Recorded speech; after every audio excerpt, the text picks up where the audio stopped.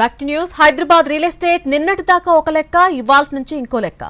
ముఖ్యమంత్రి రేవంత్ రెడ్డి అత్యంత ప్రతిష్టాత్మకంగా తెలంగాణ భవిష్యత్తుకు కేర్ ఆఫ్ అడ్రస్ గా డిజైన్ చేస్తున్నటువంటి ఫ్యూచర్ సిటీ ఇప్పుడు ఊహకందని వేగంతో పరుగులు పెడుతోంది.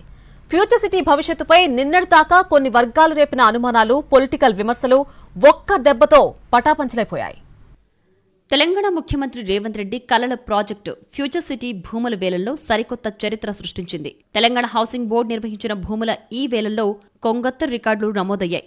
ఫ్యూచర్ సిటీ పరిధిలోని రావిల్యాల ప్రాంతంలో గజం ధర ఏకంగా 83,500 రూపాయలు పలికి ట్రేడ్ పండితుల మైండ్ బ్లాక్ చేసింది. ఫ్యూచర్ సిటీ వైపు కూడా ఇన్వెస్టర్లు కోట్ల రూపాయలు క్యాష్ బ్యాగ్లతో క్యూ కడుతున్నారు.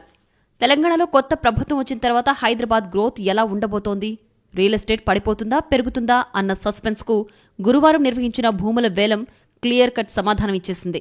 రంగారెడ్డి జిల్లా మహేశ్వరం మండలం రావిల్యాలలో ఉన్న హౌసింగ్ బోర్డు భూములకు మార్కెట్లో ఊహించని డిమాండ్ లభించింది. 1113 గజాల ఒక ప్లాట్ కు ఆఫీసర్లు పెట్టిన కనీస ధర 26,000. కానీ వేలం మొదలవ్వడమే ఆలస్యం.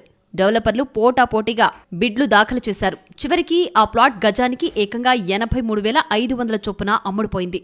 మొత్తం 4 ప్లాట్ల వేలం ద్వారానే ప్రభుత్వానికి ఏకంగా 140 కోట్ల రూపాయల ఆదాయం సమకూరింది.